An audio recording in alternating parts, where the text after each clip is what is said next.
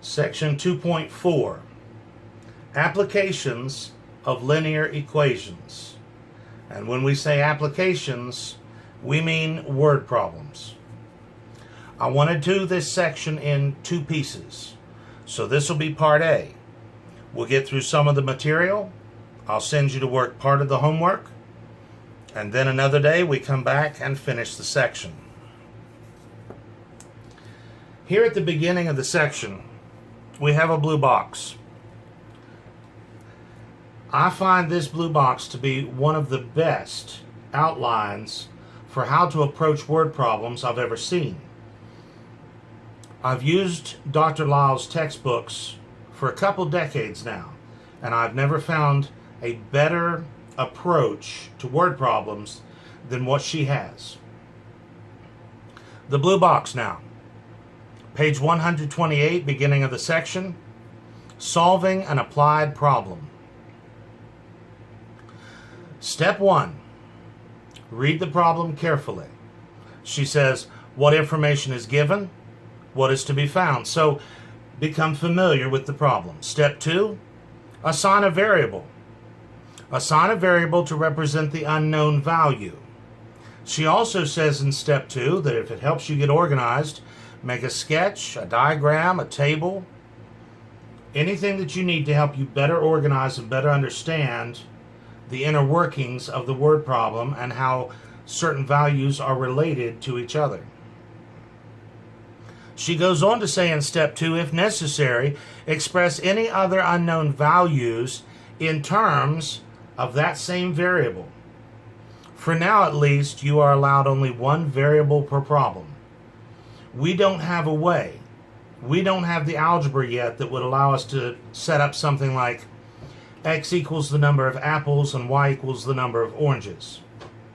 We need to set up, in terms of a single variable, we might say if there are 2 more oranges than apples, then x would be the number of apples, x plus 2 would be the number of oranges. We'll make more sense of that as we get into problems that have multiple unknowns. Step 3, write an equation using these variable expressions. This is called the modeling equation. When we write an equation for a word problem, we say we are modeling the problem in algebra. Math is a language, and really what we're doing is we are translating that word problem from English into algebra. That equation is asking the question for us. Solving the equation gives us our answer, or at least leads us to our answer. So step 4, solve the equation. But now watch, step 5. You see that solution is not always the final answer. Step 5, state the answer. In other words, answer the question that you were asked. It says label it appropriately. Does it seem reasonable? Label it appropriately. We'll see what that means as we work some of these problems. But it includes providing appropriate units, like inches or gallons or whatever the case may be. Step 6. We can check our answer to these word problems, but look what it says. Check the answer in the words of the original problem. Don't plug back into your equation. You may plug back into that equation and that solution checks. But what if you wrote the wrong equation? Then you have not actually checked the word problem. This all makes more sense as we begin working these problems. So let's turn to the homework and start doing some word problems. I'm going to start off very simply.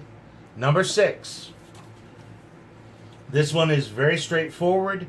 It is completely numeric, so we won't have units like feet or inches or gallons or liters. Number 6. Step 1, read the problem. It says the difference of a number and 11 is negative 31. What is the number? We've read the problem. Step 2 says assign a variable. And this may seem trivial in this type of problem, but I want to go ahead and start practicing these steps. Let x equal the number that I'm looking for. Let x equal the number.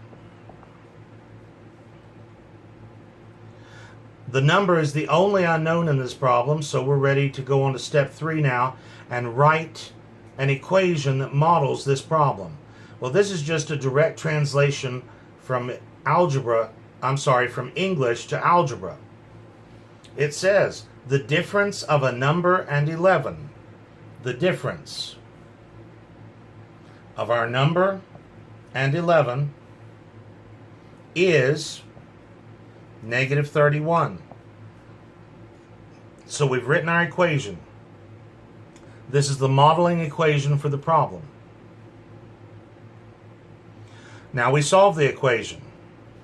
Add 11 to both sides. Add 11 to both sides. And we find that x is 20. I'm sorry, sign error. X is negative 20. Now notice in this section, I'm not writing the add 11 to both sides. If you want to put that in your notes, help yourself. I will always say, let's add 11 to both sides. But in this section, I'm more focused on the word problems. You know how to solve equations. And so I won't be writing the plus 11 plus 11. Although in this case, with that sign error, maybe I should have, huh? Step 4, solve the equation. Don't put a box around anything yet. Step 5. Step 5, answer the question you were asked. The question is, what is the number? Well, that's what x represents. So the number is negative 20. This time the solution did happen to be the final answer and will be for these first several problems. But we're going to see problems where we need to be very careful about what we put a box around. Let's try another one. Number 8. This is another translation problem. Number 8. The product of 5 and 3 more than twice a number is 85. What is the number? Now watch your commas. Okay? Those commas are going to tell you about grouping. The only unknown in this problem is the number. So once again, let x equal the number. Now we write our modeling equation. We translate. It says the product. All right? The product. The product of 5, comma, and. The product of 5, comma, and this other thing. What is this other thing? It's everything there between the commas. The 3 more than twice a number. Note the parentheses. The product of 5 and this whole thing. 3 more, right? We want to write something plus 3, because if it said 3 less, you can't turn subtraction around. 3 more than twice a number. Now let's just look at this and make sure we have translated correctly. The product of 5, comma, and this other thing. What is this other thing? 3 more than twice a number. All right, so far so good. Is 85. We have our modeling equation. Step 4, solve the equation. Simplify both sides. Distribute that 5 to get 10x plus 15. The right-hand side is just waiting. Both sides are simplified. X is already on one side. Let's get x by itself. Subtract 15 from both sides. Subtract 15 from both sides. And finally, divide both sides by 10. Divide both sides by 10 to find that x is 7. Again, if you want to see minus 15 minus 15, if you want to see over 10 over 10, put that in your notes. But I'm focused on getting these modeling equations today. When I grade a word problem, this modeling equation holds the most weight out of that problem. Even if the problem is simple enough that you can sit there and figure it out in your head. Number 6, we probably could have sat there and thought, what number minus 11 would bring me down to negative 31? Think about that for a minute. We could come up with that answer without ever writing an equation. Not the point. Not the point of this section. We are learning to model the real world in terms of algebra. And so it is this equation. The setup, the equation, and the solving, I'll be grading all of that. Again, this time it said, what is the number? So the solution to my equation is my final answer once again. Number 12.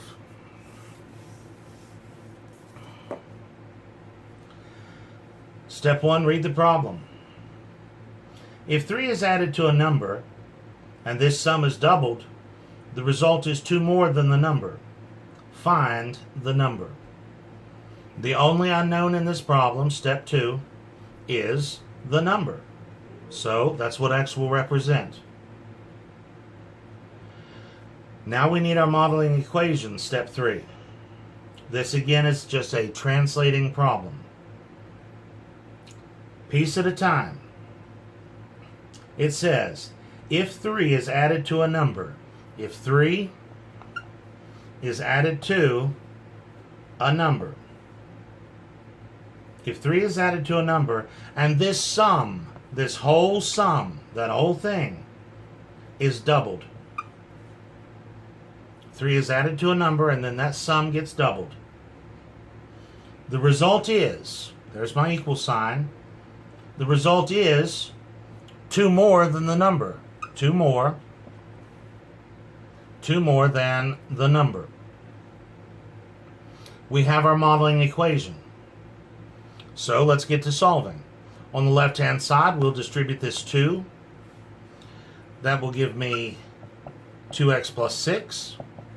Right-hand side is already simplified. My x appears on both sides this time. So let's collect our x's, let's say on the left. Destroy the x's on the right. Subtract x from both sides. Subtract x from both sides.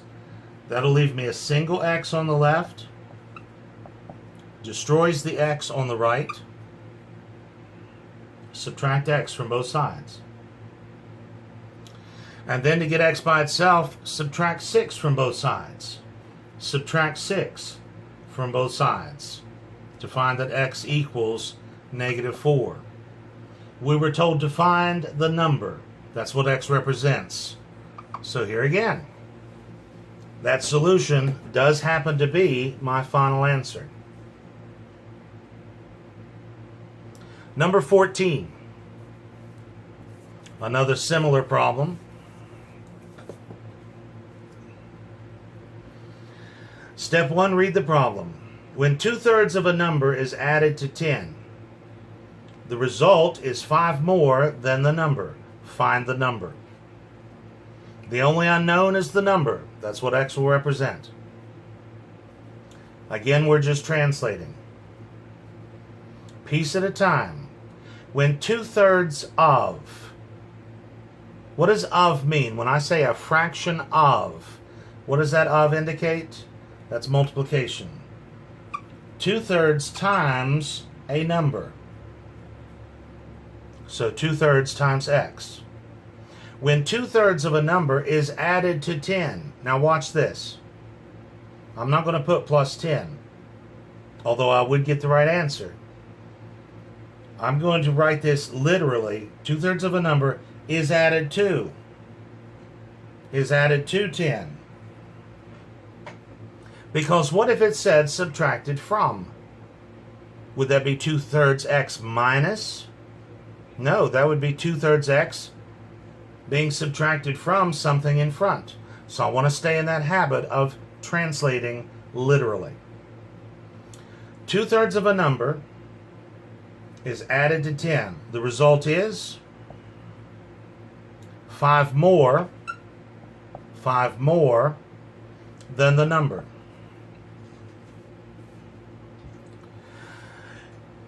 As we mentioned in the last section, you can solve this equation with the fraction in place, or you can clear the fraction. I think this is a good opportunity to practice clearing fractions from an equation. The only denominator present is that 3, so that's our least common denominator. Multiply both sides by 3. I'm running out of room here on the left. There we go. Multiply both sides by 3. We're trying to clear that fraction. Distribute the 3. Distribute the 3.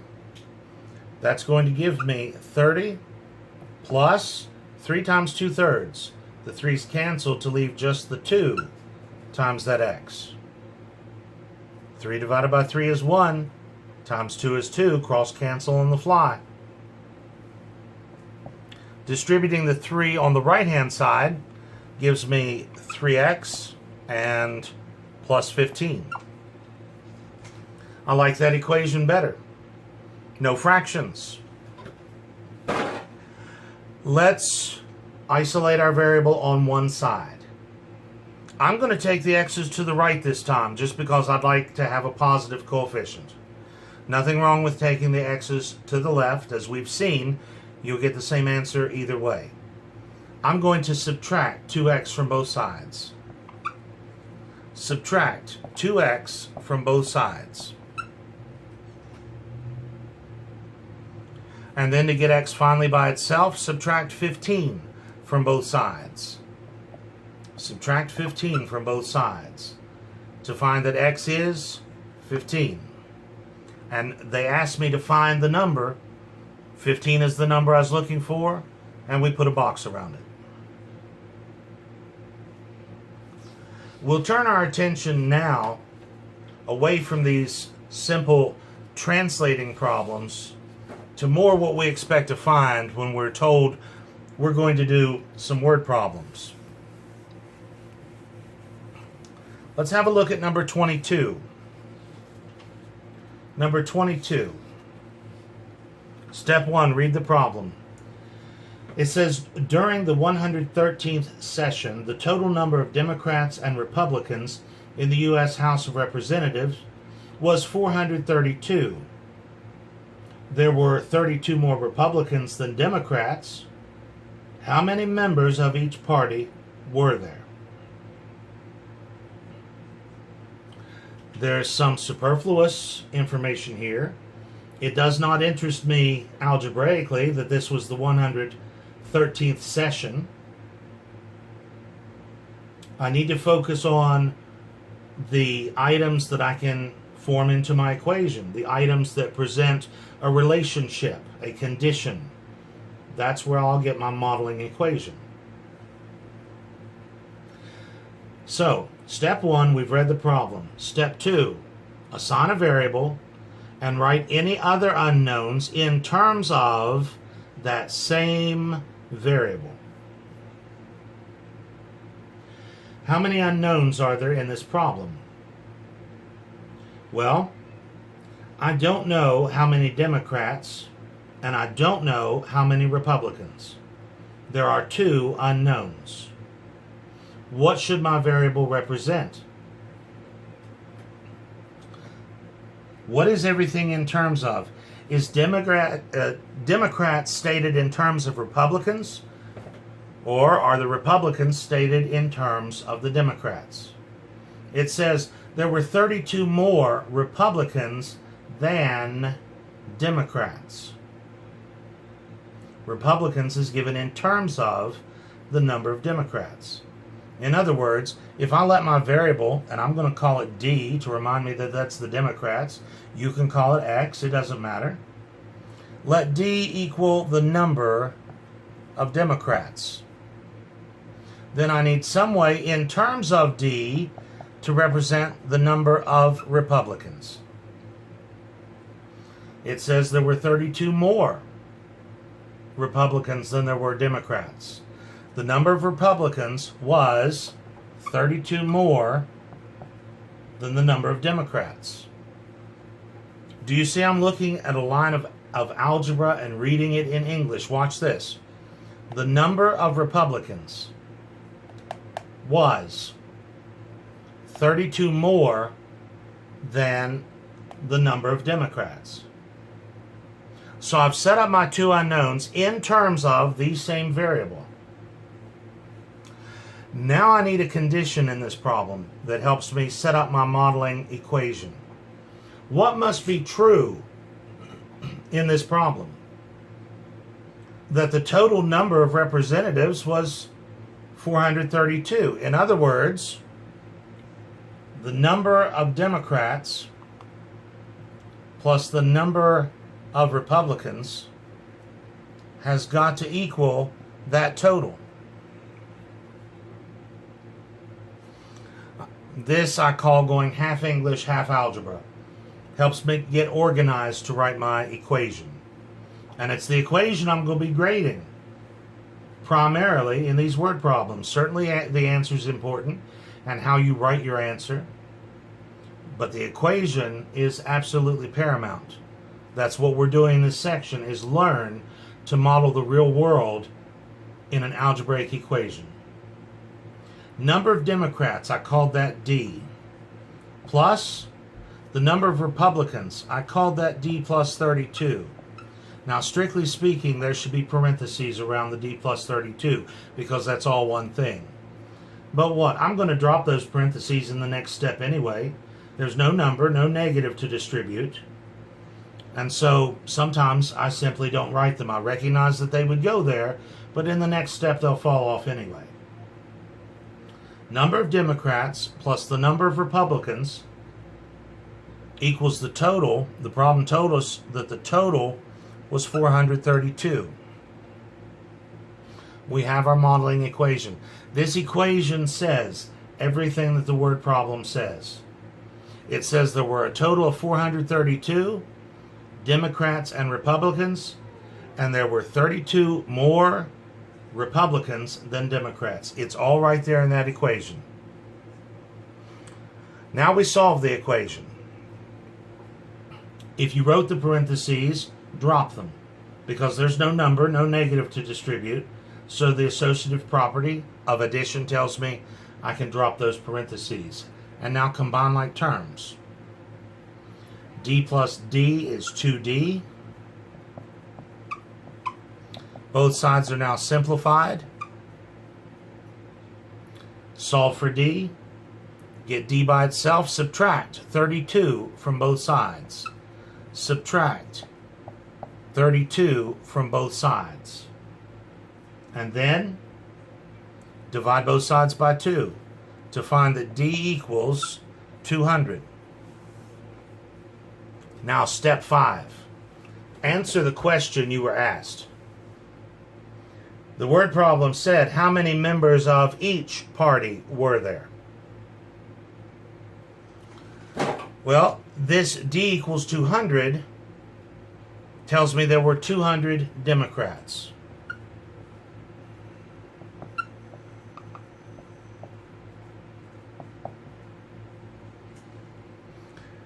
And then if there were 200 Democrats, how many Republicans were there? D is 200. So 200 plus 32 more, 232. 232 Republicans.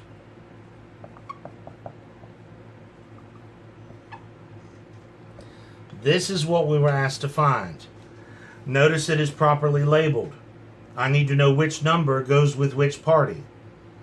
To tell me 200 and 232 without telling me which goes with which party, you haven't answered the question, not in a way that can be understood. So it has to be properly labeled. Let's talk about checking a word problem. Like we said as we looked at the blue box at the beginning of the section, we check a word problem by taking our answer back to the original statement of the word problem. Don't plug back into this equation. What if you wrote the wrong equation? You may have solved it correctly. This may check back in your equation, but your equation might not have anything to do with the word problem. So we take our answer back to the words of the problem. It said, during the 113th session, the total number of Democrats and Republicans was 432. So my two numbers here, total 432. Yes, that checks. Keep going. There were 32 more Republicans than Democrats. My two answers here. Are there 32 more Republicans than there are Democrats? Yes. And so this answer checks back in the word statement of the original problem. That's how you check a word problem. Let's do another one. Number 26. Number 26 gets me tickled. Let's read the problem and then I'll explain. Number 26. In the 2013 regular baseball season, the Cleveland Indians won 48 fewer than twice as many games as they lost. They played 162 regular season games. How many wins and losses did the team have? Now this tickles me because this is not what I would call a real world problem. You've never turned the channel to ESPN and heard any of them talk by saying, you remember back in 2013 when the Cleveland Indians won 48 fewer than twice as many games as they lost? And the other guy goes, oh yeah, I remember that. That's the season they played 162 regular season games. We would not find the need to solve this kind of word problem out there in the real world. So why are we doing it?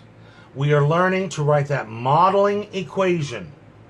We are learning to take a description of something and model it in algebra.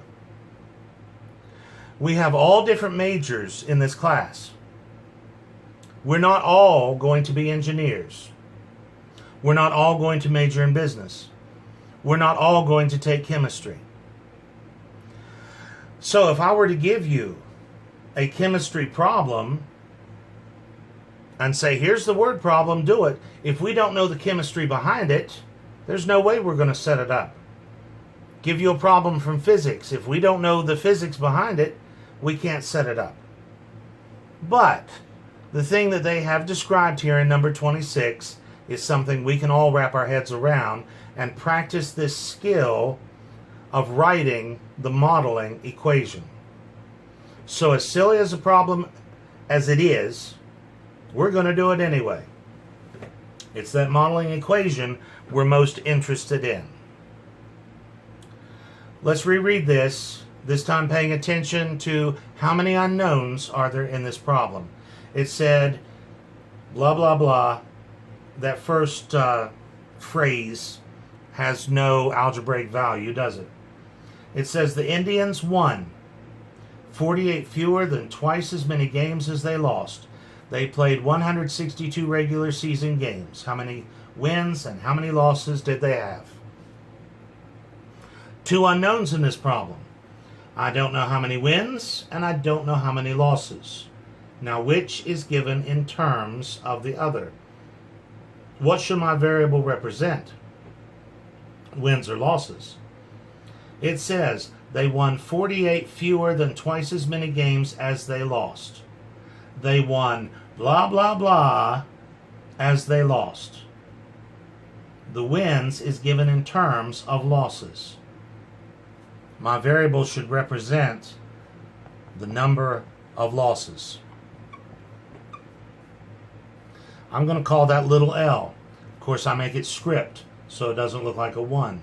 Again, if you want to call it x or something else, that's fine, as long as you're consistent through the problem. We need some way to represent the number of wins that they had. Read it again. They won what?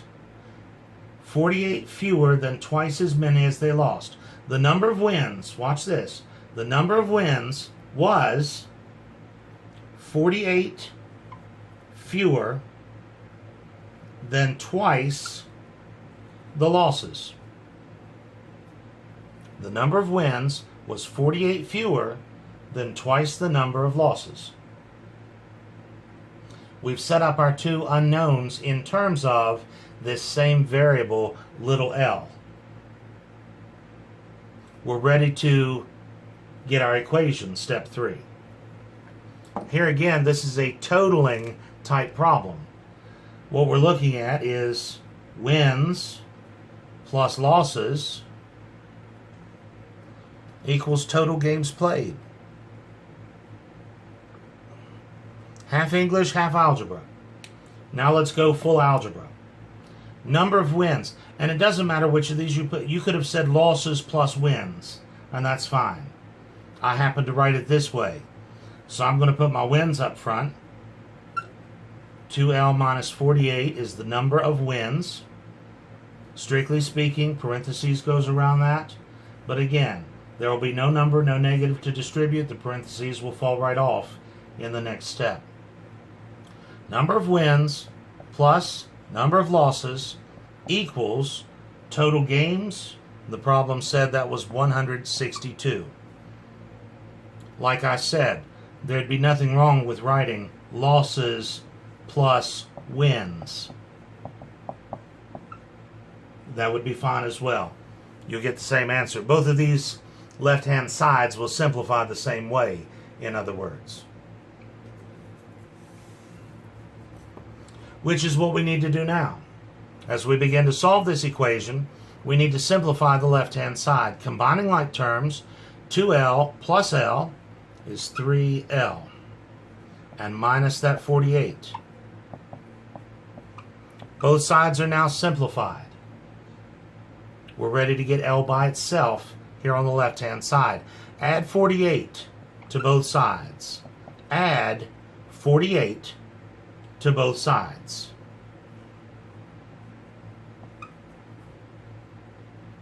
$162 plus 48 is 210. Again, if you want to see plus 48, write that down. If that helps, write it down. Don't skip a step and end up missing the problem when you could have put the step in and gotten it right. Finally, divide both sides by 3 to find that L equals 70. Step 4, we solve the equation. Now step 5, answer the question you were asked. How many wins and how many losses? Wins, losses. Well, the number of losses is what my variable represented. So I know that that is 70. So how many games did they win? Well, we now know that L is 70. So we plug into this expression for number of wins. Crank this out. What's that going to leave me? 92? 92. So the number of wins, 92.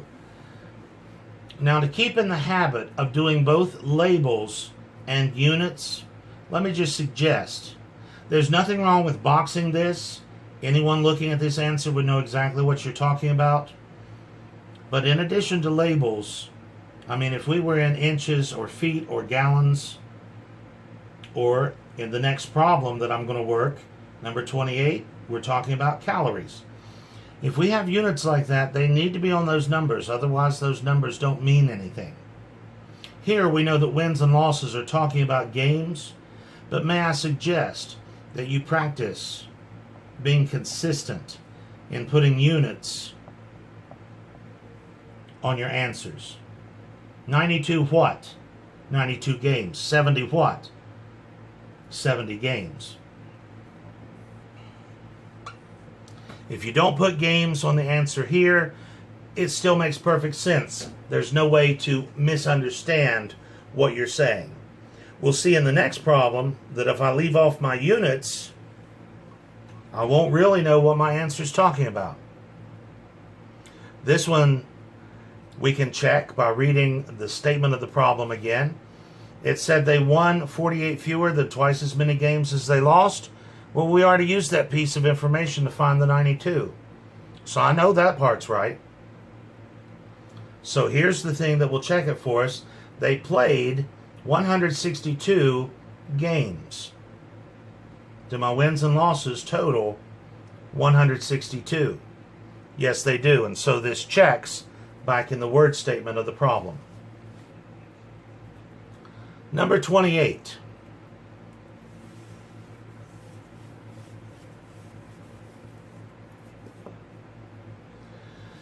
Here again is an unlikely word problem to actually work out in the real world. But again, it's something we can all wrap our heads around and we can use to practice setting up these modeling equations. Number 28, read the problem. A 1-cup serving of pineapple juice has 9 more than 3 times as many calories as a 1-cup serving of tomato juice. Servings of the two juices contain a total of 173 calories. How many calories are in a serving of each type of juice? You will never hear a nutrition or a dietitian talk in this manner. But it is something that we can model. So, how many unknowns are there in this problem? Let's reread the problem. A 1-cup serving of pineapple juice has 9 more than 3 times as many calories as a 1-cup serving of tomato juice. We have 2 unknowns. We don't know how many calories are in 1 cup of pineapple juice. We don't know how many calories are in 1 cup of tomato juice. Now, which is given in terms of the other? What should my variable represent? It says pineapple juice has blah blah blah as many as tomato. Pineapple is described in terms of the tomato juice. If I let my variable represent the number of calories in the tomato juice in this 1-cup serving, I'm going to call that T for tomato juice. Then I need some way to represent the number of calories in the pineapple juice. And it says the pineapple juice has, look, I've already written that. Pineapple juice has